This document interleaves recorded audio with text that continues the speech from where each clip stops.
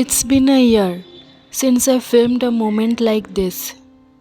Life got busy, time slipped away, but some feelings always bring you back home. এক বছর পর আবার camera হাতে মা এসেছে আলো নিয়ে আর আমার জীবনে এক নতুন শুরু। We call her Ma, the goddess of power, but outside the pandal, many still live in fear.